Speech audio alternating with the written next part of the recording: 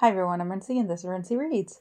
Today I'm going to be doing my December reading wrap-up. So usually December is a slower reading month for me, but my past December was actually pretty great. I feel like I'm getting back into the groove of reading again after a little bit of a slump in 2021. And I think that was partially inspired by me picking up some books that I was kind of excited about. Also, I was really motivated to finish my end of the year reading TBR and all that stuff, and so I think that also helped as well. So normally when I do my reading wrap-ups, I usually just talk about the books in the order that I read them, but I'm going to switch it up a little bit for this video because it felt right. So in this video, I'm going to be talking about all of the comics that I read and then all of the books that I read. I read 3 comics in December and then I read 3 books. And so I'm just going to do a little bit of a grouping. And so there's no real order in terms of when I read them or anything along those lines. Just going to be talking about the 3 comics and then the 3 books. So first up, I have Pashmina by Nidhi Chanani. This is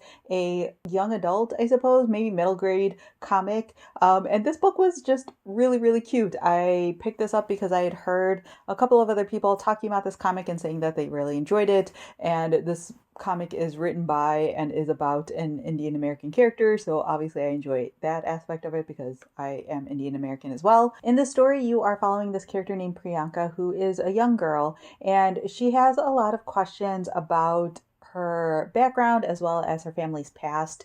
She lives with her mother and she knows that something happened to her mom back in India before she immigrated to the United States, but she's not really sure what. And she's really curious about what happened, but her mom refuses to talk about it with her. She's also really close to her uncle and aunt who have no kids, and so they spend a lot of time with her as well. And so Priyanka is kind of just growing up and trying to navigate who she is and how she belongs in this world and things like that. And so you're following Priyanka as she is growing up and things in her life are changing, and she continues to want to know more about her past and her family's past and who she is and her identity and things like that. And so she ends up sort of uncovering things, and there is this Pashmina that comes into play that plays a significant part in all of it. Like I said, this is a really nice, cute graphic novel. The art on the front kind of gives you a good sense of what the art on the inside is. One of the things I like about this is that the majority of the comic is in black and white, but there are specific scenes that are in color, and it specifically has to do with the Pashmina and things like that. And so there's kind of this magical element that's brought into it as well. And so I like that sort of distinction of the different worlds and different sort of ideas that are being explored being differentiated in that way between black and white and color. So this comic isn't full color, but there is sort of a rhyme and reason to the color scheme in here. It's really cute. It's a really fun coming of age story. I really enjoyed it a whole lot. It's, on the shorter end, but I feel there's a lot of character growth and development that happens in here. And the questions that are brought up in here, I feel are pretty relatable if you are the child of immigrant parents and things like that. And it's really nice to see how Priyanka sort of explores her identity and her cultural background and things like that over the course of this book. So yeah, I really enjoyed this a whole lot, and I'm really hoping this author comes out with more comics, because I will definitely check them out. The second comic that I read was Omni Volume 1. This is by Devin, Grayson and Alitha E. Martinez. So this is a comic that I had heard absolutely nothing about. I just came across this one day at a bookstore, and this cover just immediately drew me in, as you might imagine. And so I kind of just jumped into this one completely blind. In this comic, you are following this character named Cecilia, who is a doctor, and she is working with the organization's Doctors Without Borders when there is this really traumatic incident that happens that ends up basically causing her to gain this superpower. So basically she is able to process information and assess the situation at the speed of light. So basically it's the sort of thing where time slows down for everyone else, but she's moving really, really fast actually. And so she's processing information to figure out what's happening. And so she was already extremely smart, and now that's just sort of taken to the next level. And so after this incident happens, she starts to look into what it was that caused this sort of like gift or superpower to be a thing. And she also believes that there are other people in the world who have had something similar happen to them. So this first volume only has 4 issues in it. And so do know that like there isn't a lot that happens within this first volume, but I feel like what does happen is pretty well paced and pretty well established. I think the art is pretty solid. Like, I don't think it's anything too mind-blowing if you read a decent amount of comics. I do appreciate the way that they illustrate like Cecilia's powers. Like, this is one of the first pages where you see her powers, and basically you see sort of these translucent versions of her, and those are her like thinking and processing different parts of what's happening in the scene. And so I really enjoyed the way that that was illustrated. I do think that there are some interesting things plot-wise that happen in here. There's a couple of characters in here that are really enjoyable. Again, this is a comic that was not on my radar at all prior to just seeing it at a bookstore, and so I'm definitely intrigued and want to pick up more volumes of this to see where it goes, because I do think that by the end of the 4th issue, they set up some interesting sort of plot lines in here that have a lot of potential. So I'm very intrigued to see sort of where this goes in the future. So yeah, I think that if you're someone who enjoys comic books, this is definitely one to put on your radar, especially because I know it's not a super popular one. And yeah, I really enjoyed my experience with it and definitely want to pick up volume 2. All right, and then the last comic that I picked up was Bitterroot Volume 1. This is by David F. Walker, Chuck Brown, Sanford Green, and Rico Renzi. And this is a comic that I picked up because it was the first comic being read by the Realm of Comics book club. If you watched my 2022 reading goals video, you would have heard me talking about this comic book club that Ashley from Bookish Realm is hosting. And so this was the December pick. And so I didn't read this in time to participate in the live show, but I still wanted to read the comic because it sounded interesting. This is a comic that takes place in 1920s Harlem. And you are following this family that is basically a known like monster hunter family. Like, everyone in the family is part of this business, but they aren't all close to each other anymore. Like, you know, something has happened that has caused them to basically have this like rift between some of the family members. And so the way that this comic is set up, it's that people who are overtaken by sort of the feelings of racism almost are said to be taken over by this evil spirit called Jinru. And so it's up to this family to sort of find these people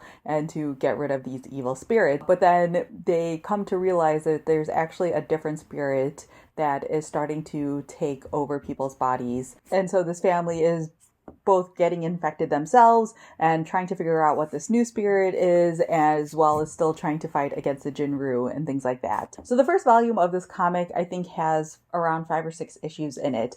And I was really intrigued by the storyline. I honestly think the art is really fantastic. I don't have like a copy of the comic with me because I got it from the library and I already returned it. But I really, really enjoyed the art in here. Like, it's really beautiful. I think some of the way they set up some of the pages is really well done. But the plotting in this story was like way too much and way too messy for me. It feels like the first couple of issues you start to get a little bit of setup, and then all of a sudden all of this action takes place, and it's really hard to follow in my opinion. There wasn't enough setup to fully understand what these characters are doing. Some of the characters felt like not stereotypes, but they felt like tropes to me. Like, they felt very one-dimensional. And it's like one of those things where like it's possible in future issues and in future volumes this gets fleshed out a little bit more and there's a little bit more like sort of background and depth that happens. But it felt like the action went from 0 to 100 like in an instant, and you were just like thrown into this big battle, but there hasn't been enough like sort of build up to the battle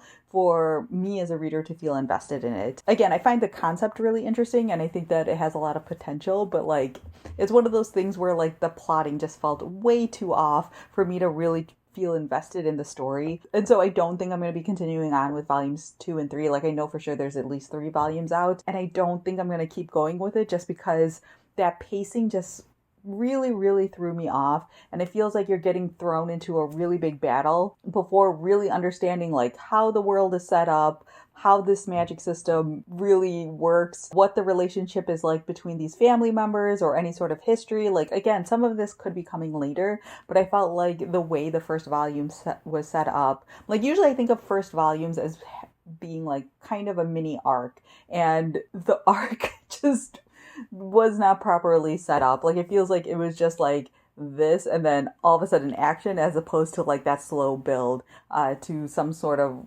either resolution or like a cliffhanger ending to lead into the next volume. There is a cliffhanger ending, but it just didn't feel right. It didn't feel earned to me. And so, yeah, I appreciate this comic for what it's trying to do and the ways that they're talking about race and racism, but I really couldn't handle the way it was set up. So yeah, I can't like super highly recommend it, but a lot of people really, really love this comic.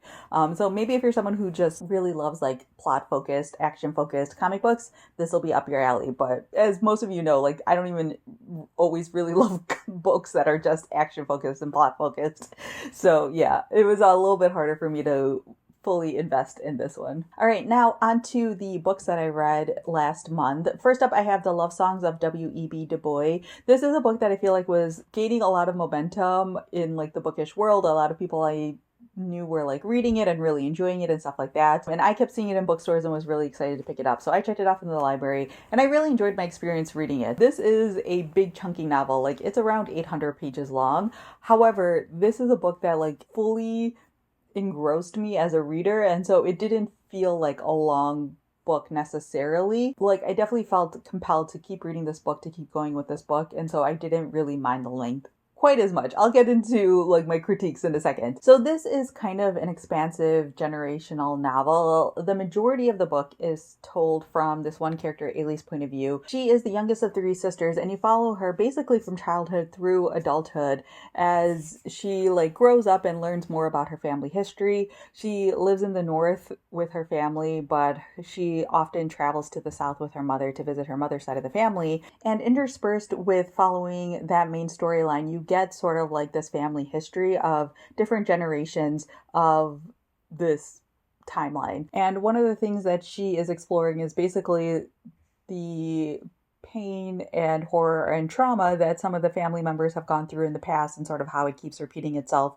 and creates sort of this generational trauma down to Ailey's timeline and family. Like I said, I really enjoyed this book a whole lot. The characters really come to life. I really enjoy family sagas and seeing sort of how there are parallels between different members of families through generations, and sort of how the impacts of like one generation trickle down through for years and years. She talks about things like love and trauma and pain and loss, but also things like racism and classism and colorism and things like that. I will say that the hardest part for me, and the reason why I didn't like fully love this book, is that there is so much difficult things that are discussed in here. Like I had a really hard time reading parts of this book. I should say that, trigger warning for things like abuse, assault, sexual assault, things like that. There's one storyline specifically in the past that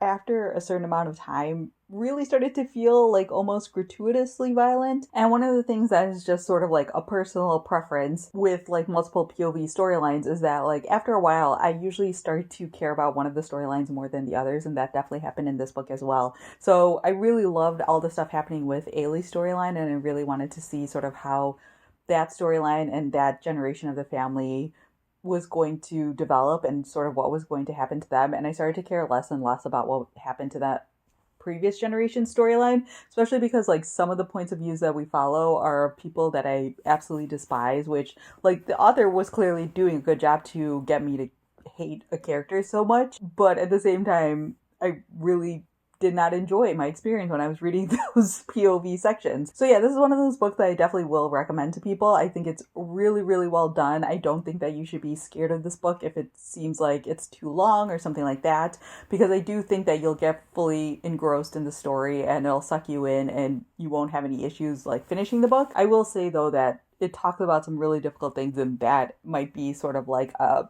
difficult part of the story for people, because it was a difficult part of the story for me. Not that these things didn't happen, but like reading about them for 800 pages is really, really hard. So yeah, this book is a feat, and I definitely understand why it's on a lot of people's like favorite books of 2021 list, and it's definitely a book worth checking out for sure. All right, next up, I finished Anna Karenina.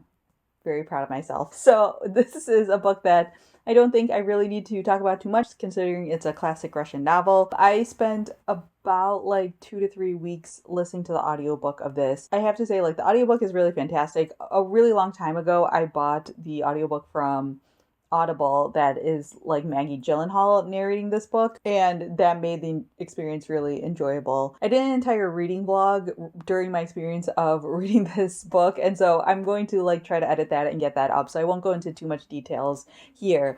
Overall, I enjoyed this book. It was not at all what I was expecting, because the only thing I knew about this book was that it was kind of like a forbidden love story sort of situation. There was a character named Anna Karenina, and then I knew about the big thing that happens towards the end of the book. But there's a lot more going on in this story than just that. Like, there's an entire second storyline that is just as much a part of this book than is Anna's story. I do have to admit, I did not enjoy that storyline as much as I did Anna's storyline and like all the stuff going on with Anna and Vronsky. And as always, like, I'm never going to enjoy the philosophy and the sort of theorizing on society as much as the like sort of main storylines. Like, I know that's a huge part of Russian literature, but I'm just here for the Anna and Vronsky stuff. But I did find all of that absolutely fascinating. Seeing sort of the turns and developments in the relationship over the course of the story.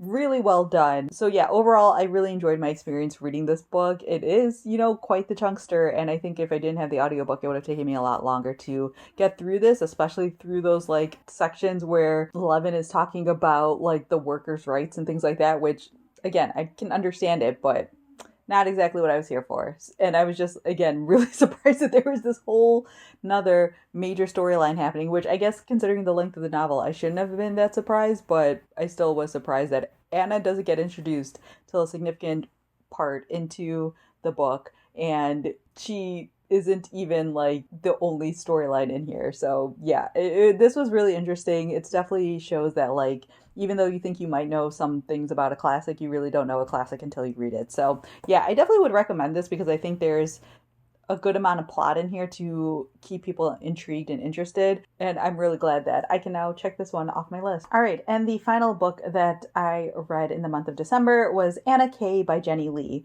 So this is Anna Karenina retelling or reimagining. And so I was holding on to this book until after I read Anna Karenina because I just prefer to read things in that order. Like, if I can read the classic and original text first, I would rather do that before reading retellings and reimaginings. So the way that I saw this book pitch was basically like, if Anna Karenina and Gossip Girl had a book baby, this would be it. And that is 100% accurate. It mostly takes place in New York City. You are following characters who are of a variety of racial backgrounds, which I really enjoyed. Anna is Korean American, and she like has sort of like this ideal perfect life. She has this like perfect boyfriend who lives in Greenwich and is considered sort of like the, highest in standing in Greenwich society. I really enjoyed my experience with reading this book. I'm really glad that I read it directly after reading Anna Karenina because I could see like the parallels and connections so clearly since that book was so fresh in my mind.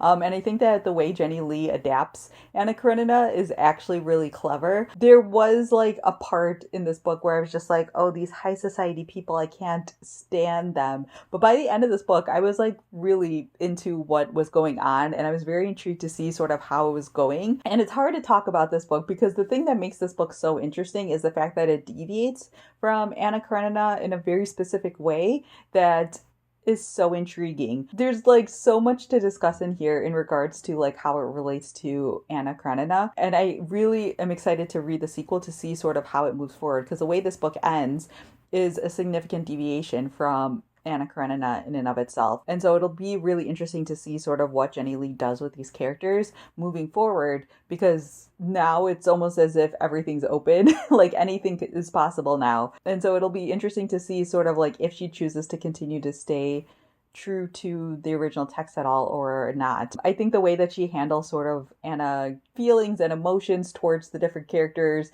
really well done. The way her family handles everything, even the side characters, I think were done really, really well. So I feel like if you're a fan of Anna Karenina and you also enjoy teen dramas, this is actually a really, really good book. Like, there's a part of me that kind of enjoys this more than Anna Karenina just because I think it's really clever how she adapted it for a modern story. So yeah, if anything, like like, I'm really glad I read Anna Karenina just so I could have read Anna K, because this was really well done adaptation. So that is everything I have for you all today. Let me know down in the comments below if you've read any of the books that I mentioned here today, or if you have any questions, you're always welcome to leave that down in the comment section as well. Otherwise, let me know what books you read in December that you really enjoyed. So yeah, that's all I have for now, and thanks for watching.